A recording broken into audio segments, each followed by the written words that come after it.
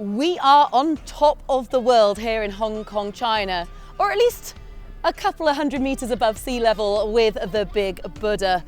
Of course, it's the calm before the storm as our athletes descend into the second major of the season. And in the men's lineup, we have got the same faces that made it to the podium back in June when we took on the World Championships. With 3 spots to make it to the World Championships next year in Chicago up for grabs, it really is all or nothing. Who is going to shoot their shot?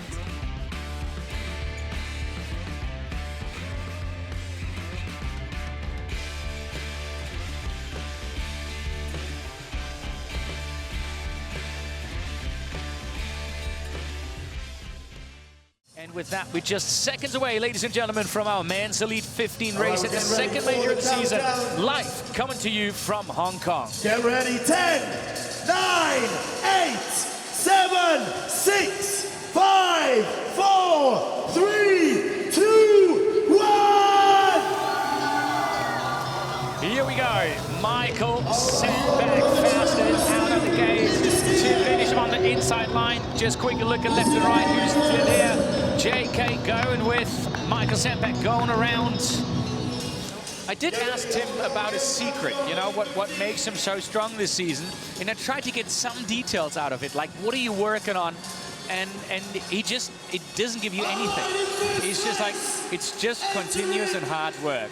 That's the only thing you get out of him. So he's keeping his secrets to himself. I've got more noise, please. Come on.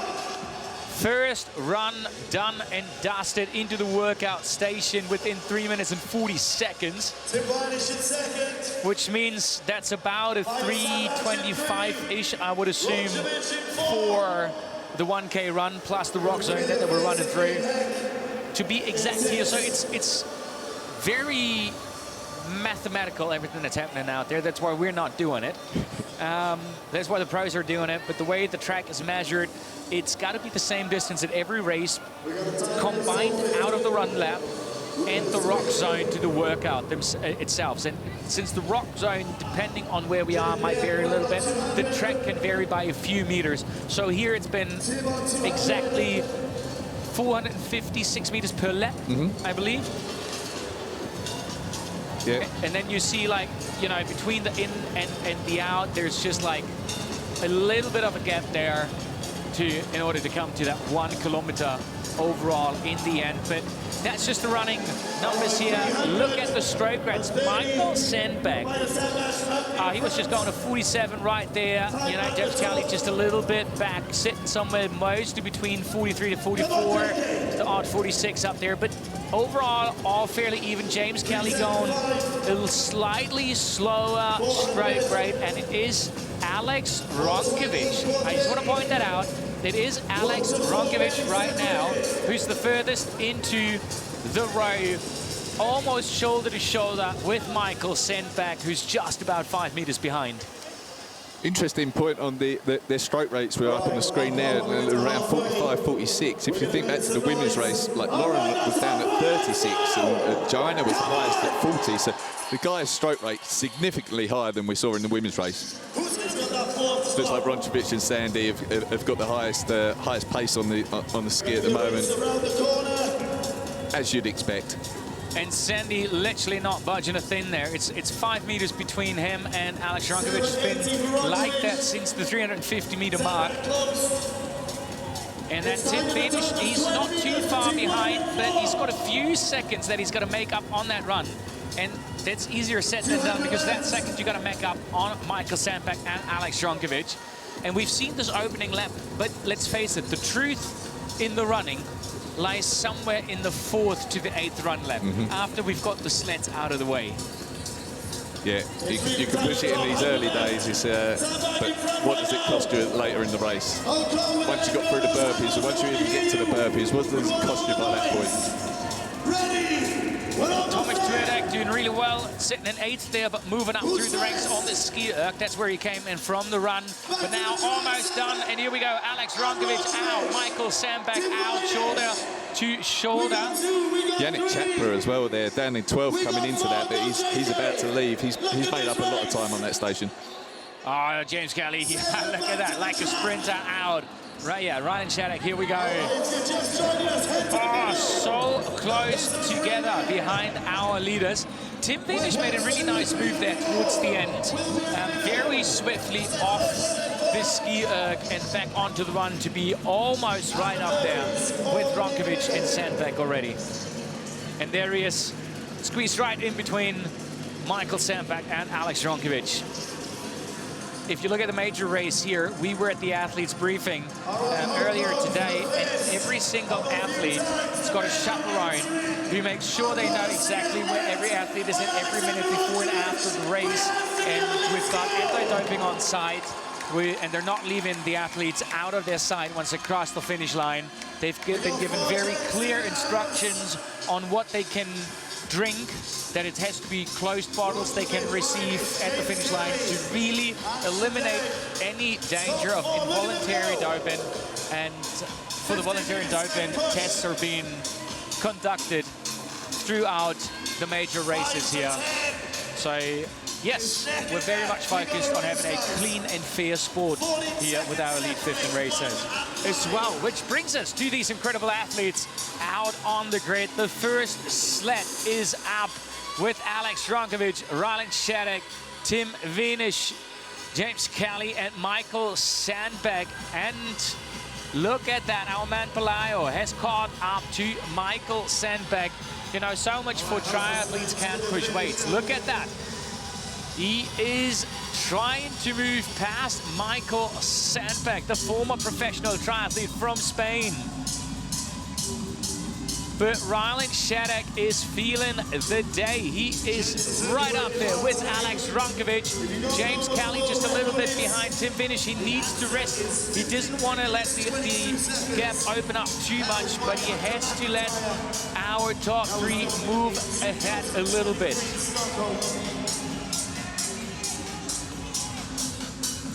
Oh, look at that. They're leaving it all out there, absolutely pushing. Alex Ronkovic making a little bit of a move there on Ryland Shattuck. You know, just complete that lane. Here we go. Alex Ronkovic is going to be first back out on the run. Ryland Shattuck a few meters behind. He is the man that has to work to close that gap again. Back to the track. Let's go, Hong Kong. Ryland Shattuck is after it. And you know, Alex Ronkovic, it's fascinating. If you look at it, the man, the former swimmer, he used to swim 60 to 80 kilometers per week. Swimming, that is. So, not exactly a sport that trains your legs a lot. And he transitioned himself into being this Hyrox athlete. And he does so purely by feel. He literally doesn't own a sports watch to check numbers or anything. It's crazy. I think even in his training sessions from day to day, he's deciding what to do, what he feels is most appropriate for him. And that day, it's not like he has a whole week planned out.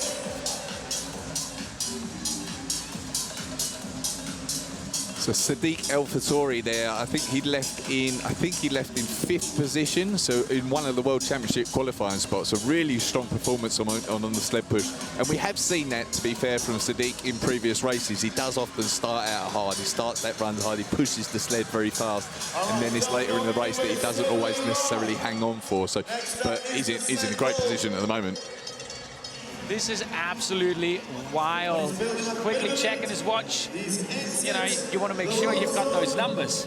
So apparently, Ryland, more of a numbers kind of guy. 3, 2, 1, make some noise! Ryland Shattuck in for workout. Oh, and he's got time to celebrate. Ryland Shattuck celebrating with the crowds here in Hong Kong. Alex Ronkovic is going to be next with James Kelly, then Tim Vinish, and where is Michael Sandberg?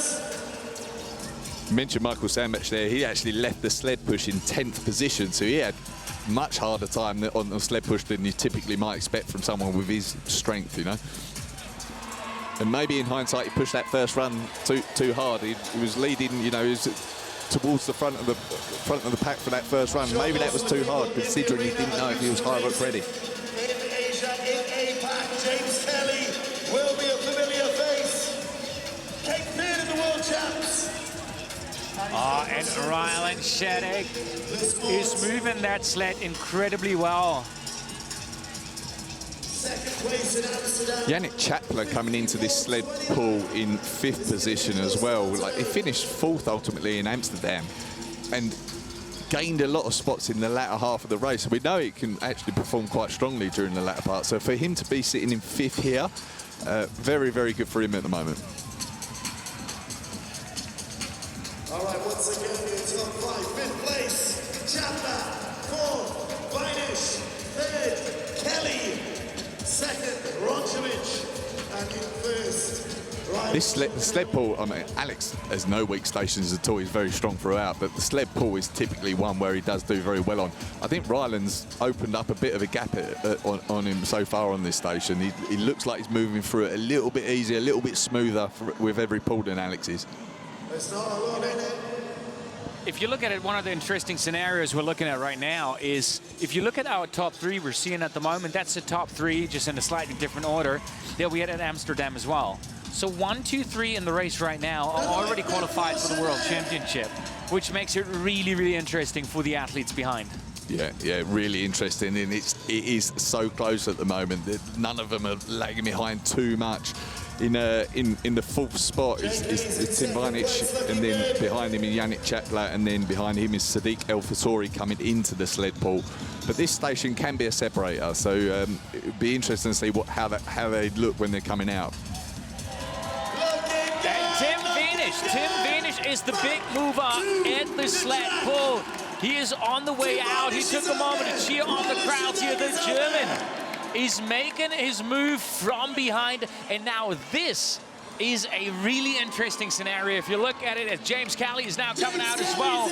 Alex Ronkovich is losing valuable time right now on the competition. Rylan Shattuck, he's going to run up to Tim Vinish, I have no doubt, but Tim Vinish is an incredible runner, so if he can go with them, this can be a very decisive move for Tim Vinish, especially if you look at the competition coming from behind with Alex Ronkovich coming out just now. Yeah, so that's John Wynn that went past Alex there as well. Alex lost a lot of time on that sled pull. It's unusual. All right, we've got a change in the top 5, top 6. That's Graham Halliday just behind Alex, and then Sebastian Everson on his debut in the Elite 15 just behind Graham there. And Yannick Chapler also losing serious positions now. He came in 5th, and he is still about half a lane away from finishing that sled pull, as Pelayo's on the way out now. Bo Wilds is on the way out now as well. Halliday, 45 behind. Everson, 48 behind. Yannick Chapler dropped from 5th to 2nd last at the sled pull. That's a very good point. Looking around the track as Tim Vinish is coming into the next workout. It is time for the burpees. We cannot spot Michael Sandbach at the moment. So Tim Vinish, now again, very important, clean execution there. You're seeing the head referees really close by. They're giving the markers where they can put their feet. Eagle eyes from the head judges. There was a quick verbal communication with Tim Vinish as well. James Kelly, Rylan Shattuck. James Kelly right up there with Rylan. He is having another spectacular race. This is a real showdown at the burpees. Halfway through, Tim Vinish, he does not have time to take a single break here with James Kelly coming from behind. Rylan Shattuck losing just a little bit, and we're hearing Michael Sandbach, indeed, it's confirmed, retired from the race. So that's the sad news for now. We're going to try to find out what the story behind that is. So Michael Sandbach out, and with that, we will keep focusing on our man at the burpees. James Kelly, he was the early mover in the race. He made up a little bit of distance to Tim Vinish. It looked like he might have just slowed down a tiny bit right now, as they got one more lane to go. And I think the overall break that Tim Vinish took there at the turnaround might accumulate to about 3 seconds, but you can see now slowing down just a little bit in his movements. They are suffering at the burpees there. He needed that little bit of extra breather. He's got to push through now. James Kelly is coming from behind. If those two can get out on the run, shoulder to shoulder, we are in for a real treat towards the second half of the race here, the second major of the season, live from Hong Kong. They are slowing a little bit at the end here, but I did think that they started very, very aggressively. For the first couple of lengths at least, they were moving through these burpees really, really quickly. I think they were really pushing it. Be interested to see what they can do on this run now and how much they've suffered as a result. But you can see Tim Wenisch on the way out, but he suffered on those burpees a little bit. James Kelly literally almost missing that turn. A way quicker step on the way out. Tim Wenisch is grabbing some drinks. James Kelly is going to be with him in just a second. And now Ryland Shedek as well out of the burpees into the second half of the race. Ryland Shedek back to the track. We got 3 out there.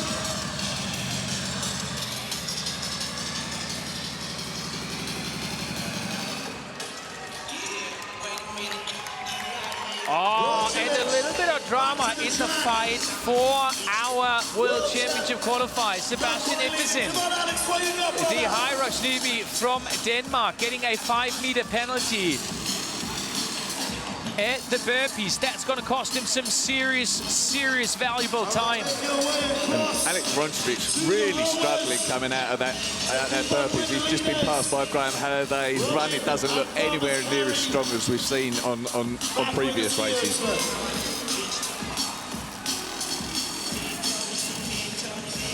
Sebastian Iversen not happy, shaking his head. He does not agree with the referee's decision here. And we talked about that penalty for Iversen. And so if you look at lane 5 in the middle,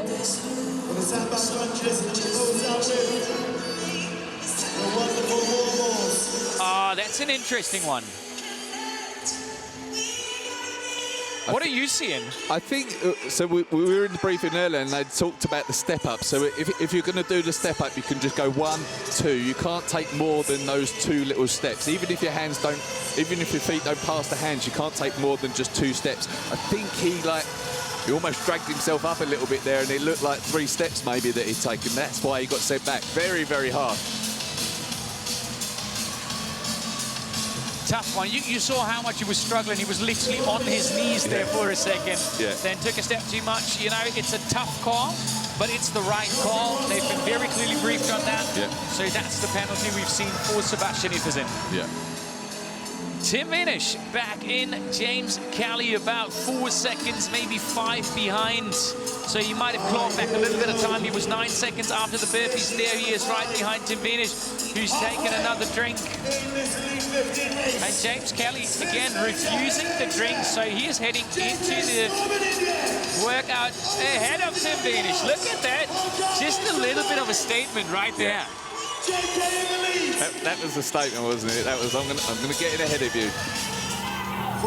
So it's been a little change in the qualifying positions here with James Kelly, Ryland Shedek in first and third. It would be Tim Wenisch, Graham Halliday and Pelayo Menendez in second, fourth and fifth that will get the qualifying spots at the moment.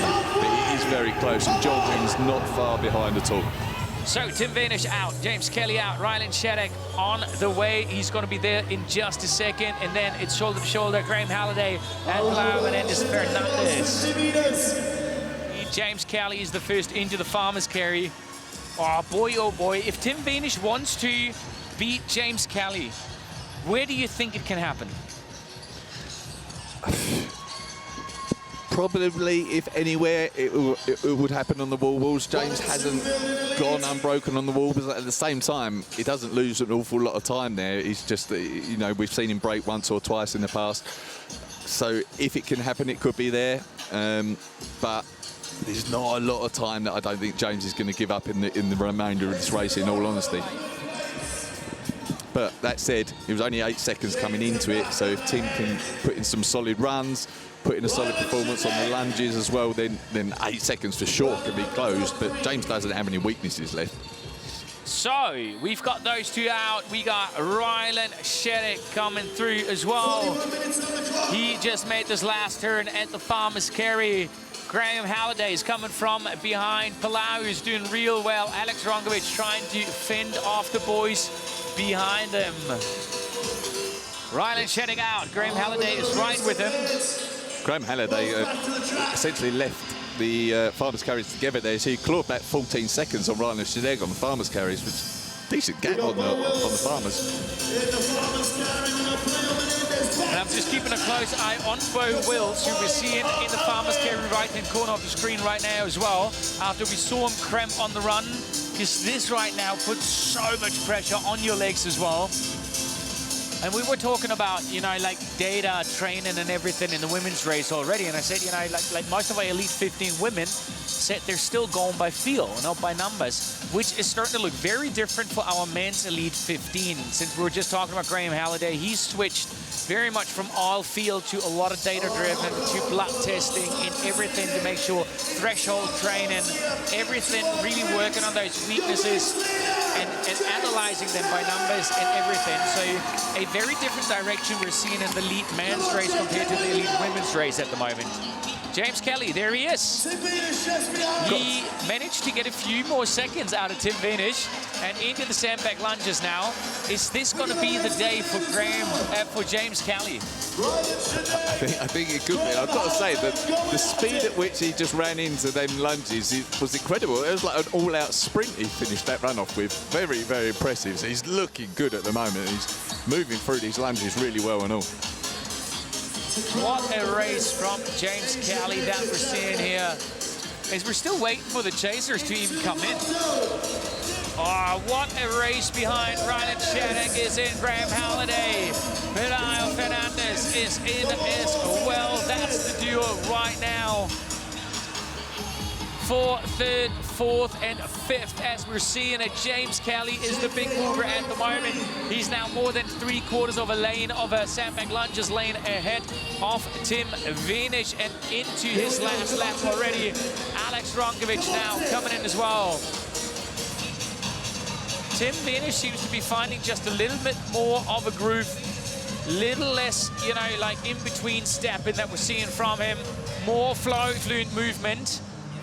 He definitely did not lose any more on that last lap and a half on James Kelly, but still the gap is somewhere at about 2/3 of a lane. James Kelly just dropping the sandbag, not far enough back. That cost him 3-4 seconds, but no trouble for James Kelly, who is out and on the way to the wall balls. Come on, James, let's push it.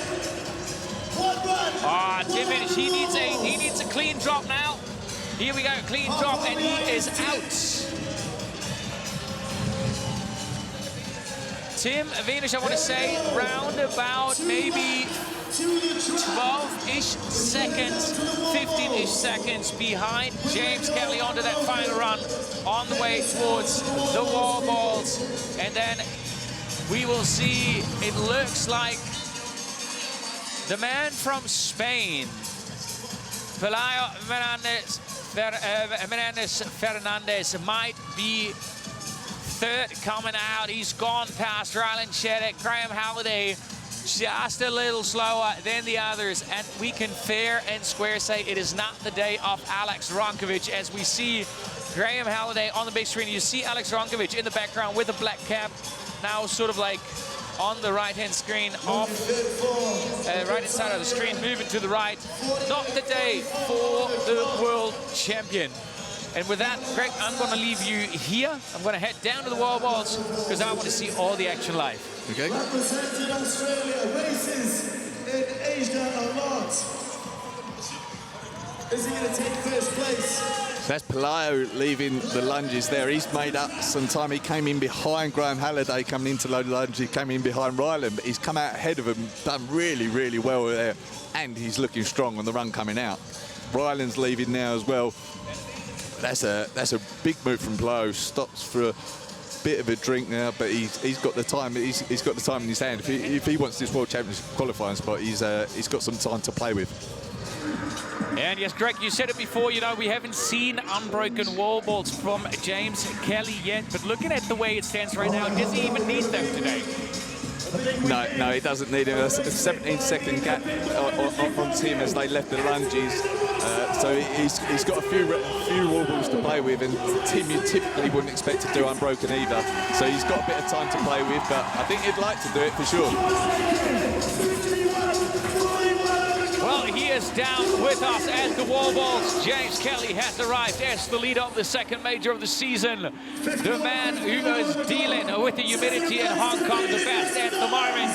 And here comes Tim Wenisch from Germany. He said it himself before, as we're seeing a no-rep from James Kelly. Tim Wenisch said it before, he is the strongest he's ever been, and he is definitely showing us here today that he is back and that he is somebody to be reckoned with heading towards the World Championship in June in Chicago. But right now it is this showdown here between James Kelly, Tim Wenisch, and Palau coming in third, the man from Spain. What an incredible race here today. Lauren predicted a strong race from the man from Spain before the race, and here he is to prove it, as Ryland Sheddick now coming as well, not too far behind. Graham Halliday seems to be making a turn into the rock zone, but James Kelly, our leader, he is 56 wall balls in already. And Tim Wenisch, he needs to be careful right now. He's got 3 head judges around him, making it clear he needs to squat deeper. He is not going deep enough. Couple of no reps here. He's got 51 repetitions, 65 for James Kelly. It is heading into the final stretches down here at the wall balls. James Kelly, he got 18 reps. We got 65 for Tim Wenisch. Tim Wenisch had to take a couple of breaks here already, and if we're looking at the chasers behind, we've got 42 for Pelayo. 37 for Ryland Sheddick, but both are taking a break right now. Graham Halliday sitting there at 35. He is close as well. Alex Ronkovic is down here as well. And remember, everybody, it is about the World Championship spots here as well. The final 3 wall balls for James Kelly, who's going to take the win here today in Hong Kong. Here he comes, James Kelly.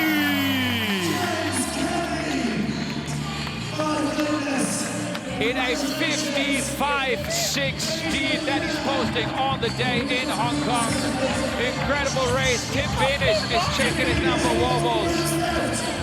But Tim Wenisch is at the limit. His body, his legs are shaking. He's taking another break, another no rep for Tim Wenisch. A break with 4 to go. The man from Germany is leaving it all on the floor. Here in the Asia World Center, another no rep for Tim Wenisch. And here we go, final rep, Tim Wenisch across the line. Absolutely shattered. He had 3 no reps in the final 10 reps with his entire body just absolutely shaken. But let's take a close look here at Pelayo, 85. Ryland Sheddick, he is 75. He's 10 behind. It is looking good for the man from Spain. But it is Graham Halliday. Graham Halliday is passed into third. He just needs to push through now. The man from Scotland is trying to steal third spot from Pelayo.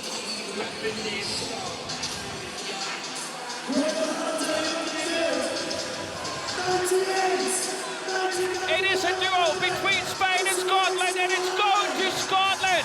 Graham Halliday taking third overall, going past Pelano Menendez Fernandez from Spain, who is just finishing his last one now, and he doesn't list it. He's finished. Pelao Menendez so much in the zone, he does a solid 102, not listening, and a sprint between John Wynn and Alex Ronkovic. With the better end for Jonathan Wynn. It is unbelievable what we're seeing down here. What an incredible race. Ryland Shadek is losing his race at the wall balls. Nothing, absolutely nothing left in the tank. But ladies and gents, if you look at the times, there is 37 seconds between third and, I gotta do the math here, 8th in the race today. An incredible and absolutely ridiculous race in the elites men's 15 that we're seeing here today in Hong Kong. We're going to bring him in right now. Come over here, Tim boy. Good job. Please talk me through the race plan. Like, kind of to see you leading from the front for a period of time, that battle with JK, and for you to be so dominant. You must be so proud of that. I'm very proud of me. So normally my race plan was not to go in front, but it's like me, I can't go in the back, so I need to pass Sandy, I think, and yeah, I felt great during the ski erg. I slowed down my pace, and slap push was tough, and I had a good slap pull, and then I knew, okay, that's my time. That's my time today to secure the World Championship spot, and yeah, I'm so proud. To be honest, I'm very proud of me, and especially my family and my friends. So hello to my friends in Germany. I knew they sit all for the TV and support me. It's midday, I hope they celebrate me with some beers. And yeah, so thank you, Mom and Dad and my sister especially. They support me all the time, and since 1.5 years I wait for this moment after all the injury. Has that been the main change? You just had a good block of training injury-free? Yeah, that it is. It's the most important point is consistent training, and I had this since the summer. And now it's time to relax, honestly, some family time, especially meeting my friends, because yeah, I need that. And look at that. Obviously, James Kelly, best career result finished. Tim finished second, Graham Halliday third. What a podium. But you've also got Pelayo Menendez. He books his ticket as the final one. Amazing from the Spaniard. But let's take a look. Jonathan Wynn. That is a huge result for Jonathan. And actually, he can take a lot of confidence from that. And then poor Alex Roncevich. It was not his day.